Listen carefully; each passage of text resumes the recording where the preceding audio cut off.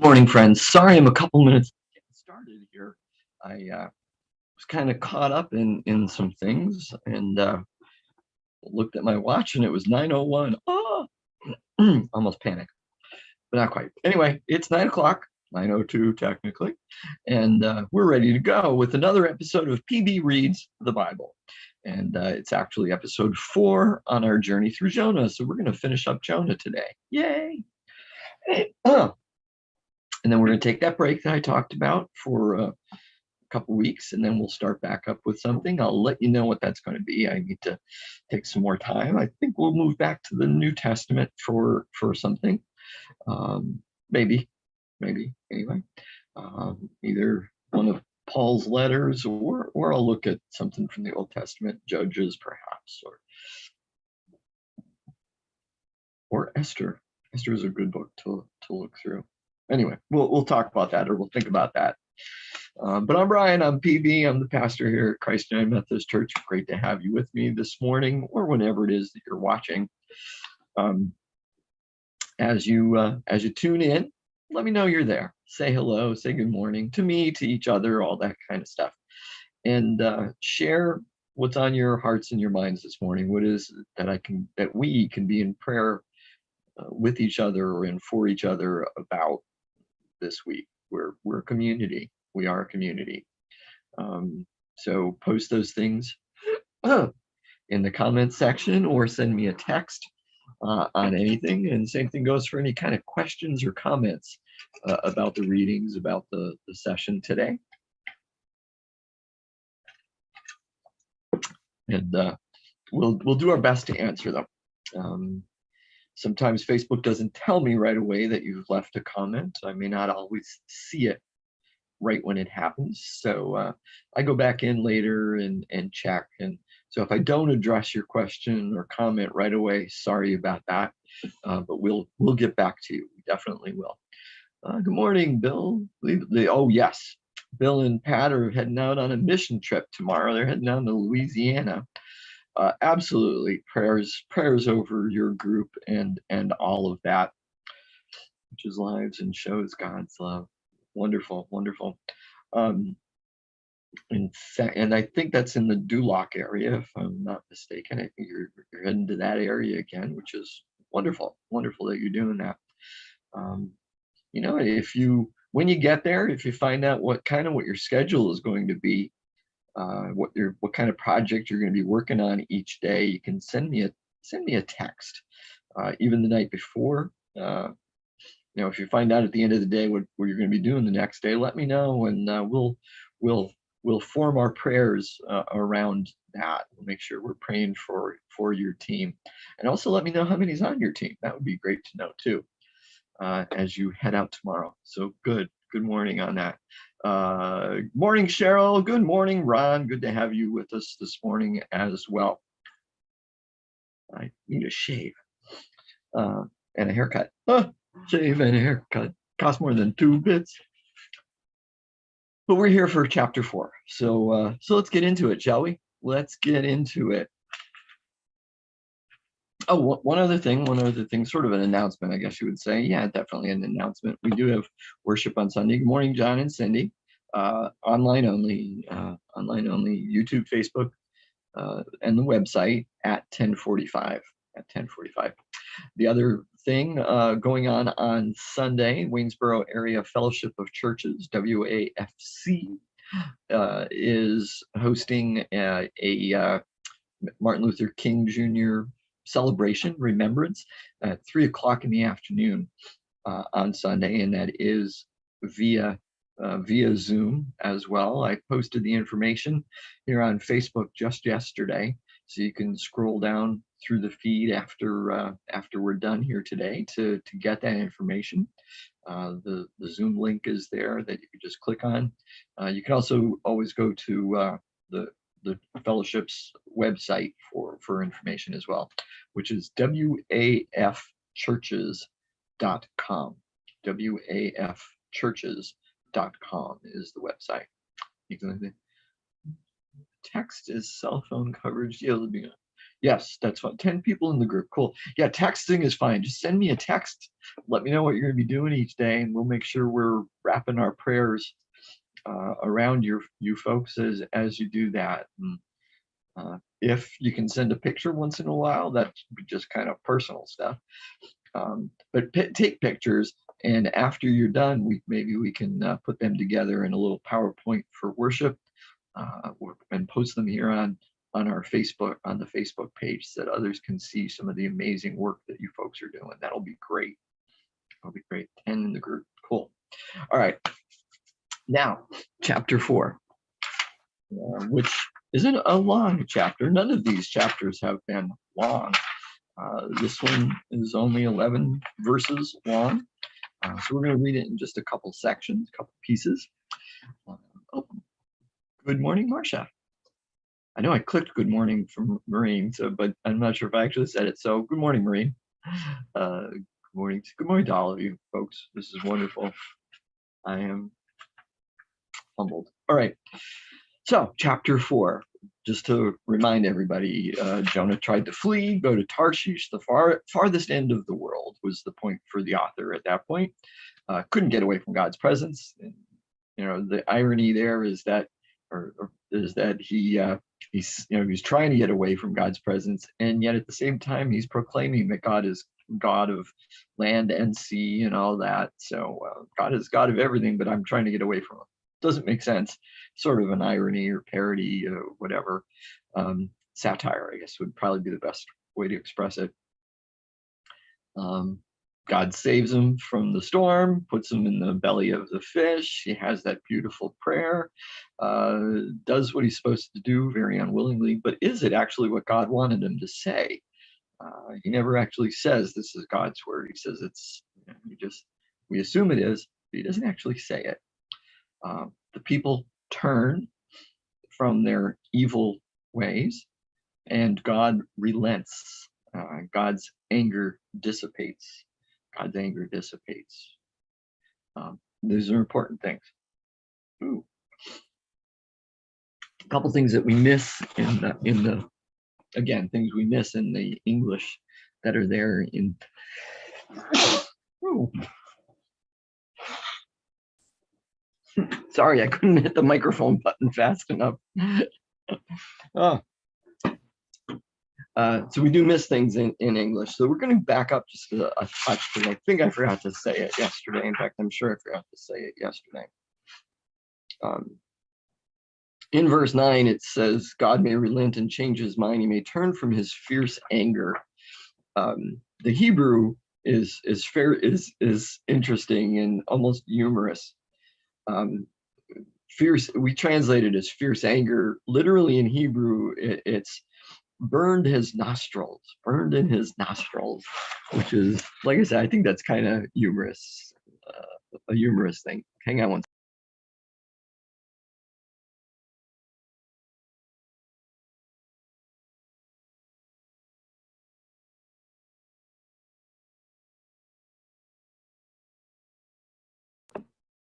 Sorry, thank you. I think it's humorous, but it's also important, that verb burn. That verb burn is important to keep in mind as we move forward here in chapter 4. And we're going to read this first section, the first 5 verses, and then we'll go back and talk about it and bring some things to light using the Hebrew, the literal rather than the way it's translated. But this was very displeasing to Jonah, and he became angry. He prayed to Yahweh and said, "Oh, Yahweh, is not this what I said while I was still in my own country? That is why I fled to Tarshish at the beginning, for I knew that you are a gracious God and merciful, slow to anger and abounding in steadfast love, and ready to relent from punishing. And now, O Yahweh, please take my life from me, for it is better for me to die than to live." And Yahweh said, "Is it right for you to be angry?" Then Jonah went out of the city and sat down east of the city and made a booth for himself there. He sat under it in the shade, waiting to see what would become of the city. pause. So we're going to back up a little bit. So I said there were a couple words in that chapter 3 that were important. It talked about the people relenting or turning from their evil ways, turning from their evil ways, and that it spoke about God's their evil burned God's nostrils, that fierce anger, but that God's anger relented, became long in the nostrils, is the other way of expressing it, the opposite way. So here in chapter 4, verse 1, we're told about Jonah and his reaction to what had just happened. It says it was very displeasing to Jonah and he became angry. The English softens that a lot. Literally in Hebrew, it became evil to Jonah, great evil, and it burned in him. So those very words, the people turned from evil in chapter 3, but this became evil for Jonah. And the burning of God's nostrils, went away, but this evil burned in Jonah. So wonderful wordplay by the author. And we're really seeing something about Jonah here, aren't we? Really seeing something about Jonah. But Jonah offers a prayer. Now, Jonah had this wonderful prayer in chapter 2, right? This one's quite a bit different. He does use more or less a standard form for his prayer, and he uses some of the standard adjectives and descriptors of God, and in pairs, many times in prayers: gracious and merciful, slow to anger, abounding in steadfast love, ready to relent from punishing. Those are beautiful, wonderful descriptors, things that were in common use. Those were ways that the psalmists and the other writers of Hebrew literature talked about God. Those are some of God's characteristics. But Jonah is using those descriptors, but he's calling them bad things in this case. He's using them as, or at least is using them as if they were bad things. That's why I didn't want to do this. Because, like saying, you're too nice, God. You're too nice. That's why I didn't want to do it. Isn't that what I said before I left home? No, it's not. If you turn back to chapter 1 and reread chapter 1, Jonah never says, he doesn't answer God at all. When God calls to him and says, I want you to do this, Jonah doesn't say, no, I don't want to do that because I know that you're merciful, etc., etc., etc. No, he just flees. He leaves. He doesn't make that statement. This is sort of like he's trying to change history. He's revising. He's revising history. Saying, these are the things I thought. This is what I said before I fled. Before I fled away to Tarshish. That was why I did it. It goes through all that, and now it's better to just kill me. So it seems, Jonah again is trying to flee from God's presence through death. He tried to flee from God's presence by getting in the boat and heading in to the far end of the world. He tried to flee from God's presence by literally, going down into the bottom of the boat. He tried to flee from God's presence by telling the sailors to throw him overboard, and so that he could, just die in the water or die in the belly of the fish, because he couldn't die in the water. God sent the fish. Well, just die here in the belly of the fish. So now he's just saying, God, just kill me. It would be better for me. So Jonah almost has a death wish, like he wants to die, but at no point does he try to take his own life, which is interesting and telling. Does he really want to die? Probably not. He's trying almost anything to get away from God and to get away from from God's word, from God's message, from God's word. But nothing seems to help. Now, God speaks back to him. God does speak back to him, which this is the first time that God speaks and it's not a directive. Every other time that God speaks or is mentioned, God is directing something or someone. God gives commands, directives to Jonah. This is what I want you to do. God gives directives, commands to the sea and the storm and to the fish, all along, and then again to Jonah. Everything that God has said or has done has been a directive. Now, when God speaks, it's not a directive. It's not action. It's not killing Jonah like he wants. It's saying to him, is it right for you to be so angry? And remember that anger is about burning. Is it right for this to be burning you? So we get this idea of this evil is hounding you and it's burning you, and that's not good. So Jonah went out of the city and sat down east of the city and made a booth for himself there. The author is doing a couple different things there, a few different things actually. This is Jonah cutting off communication. Jonah doesn't want to talk back, doesn't want to answer God's question. We don't know what Jonah's answer would be because he doesn't give an answer. We don't know what he's feeling. So that evil is still burning in him. He cuts off communication from God and from God's word. He leaves the city because that's where God's word is at this point, to get away from him. He goes and he sits down. These are all symbols for cutting off and getting away from. And he builds a shelter and sits under it to keep him away from God, or to keep God away from him, to try again to distance himself from God and from God's word. Now, it's kind of odd that we finish perhaps there at 5, because 5 and 6 are definitely connected. The whole thing is connected. So I'm going to reread 5. Jonah went out of the city and sat down east of the city and made a booth for himself there. Just remember that.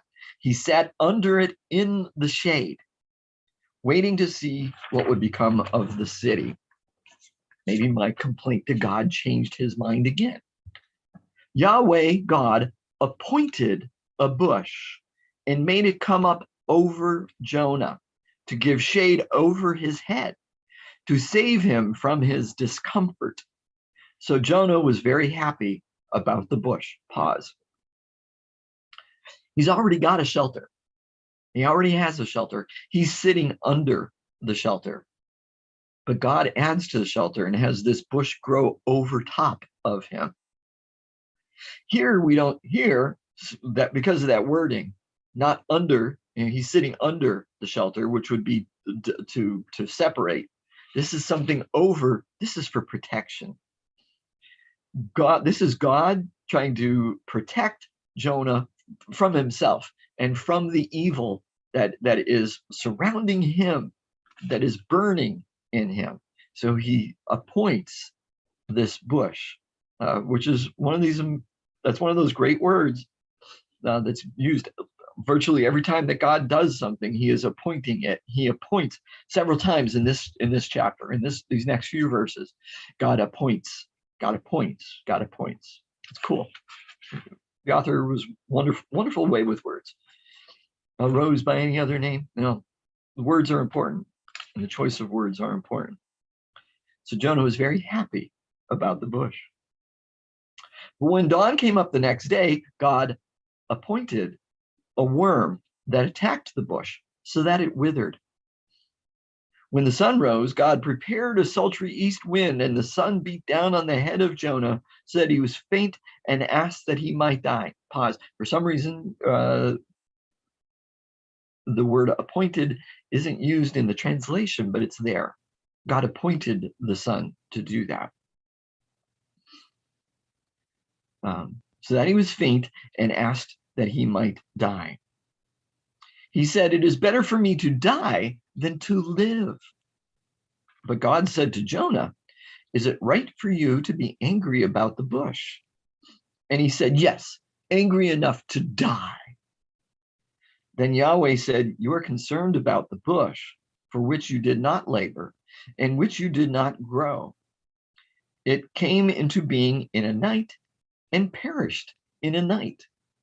And should I not be concerned about Nineveh, that great city," which again, that has that connotation of a divine greatness, "in which there are more than 120,000 persons who do not know their right hand from their left, and also many animals." End of chapter 4, end of Jonah, which is a wonderful ending, isn't it? We're left, I mean, everything is left hanging in the balance. What's going to happen to Jonah? Does God finally get through Jonah's thick skull that these people are worthy of my divine love, of my mercy, of all those things that you said about me? Or are you going to hang on to that evil that is burning up inside you and continue to try to distance yourself from me and from them and from them? So I think that's beautiful. Anyway, so that word appointed, God appointed the worm, God appointed the bush, God appointed the worm, God appointed the sun and the wind to do those things. So the two reactions from Jonah, and it really doesn't say. Okay, so there's three things that happen, right? The bush grows, the bush dies, the sun and wind beat down on Jonah. So the bush growing, it specifically says his reaction, he's happy about it. The bush dying, we're not told, right when it happens anyway, what Jonah's reaction is. So when God asks Jonah, "Is it right for you to be angry about the bush?" We're not actually told that Jonah was angry about the bush. We're told he was happy about the bush growing. And we're told that when the sun and wind beat down on him, he became faint. His reaction to the bush isn't described, at least not until God asks him, "Is it right for you to be angry about the bush?" Because Jonah doesn't say that's why he wants to die either, does it? He says, "It's better for me to die than to live," because of the situation that he's in. So it's interesting. Anyway, another one of those things from the author. But ultimately, we get to the point, you might say, through the whole thing.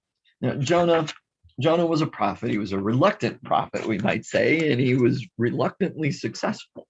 I've said, barely trying and accomplishing what God wanted. So it's a great story. Anyway, friends, I do hope that today and this week has been beneficial as we've worked our way through Jonah. I pray that you learned something or relearned something as we went through it. And as you go through your days, not just today, but every day, keep your eyes and ears open for the amazing things that our living, loving, active God is doing in your life and the lives of those around you. When you see it, when you hear it, say, "Thank you, Papa," and then tell somebody about it. Until we meet again, my friends, be blessed. Be blessed. Bye.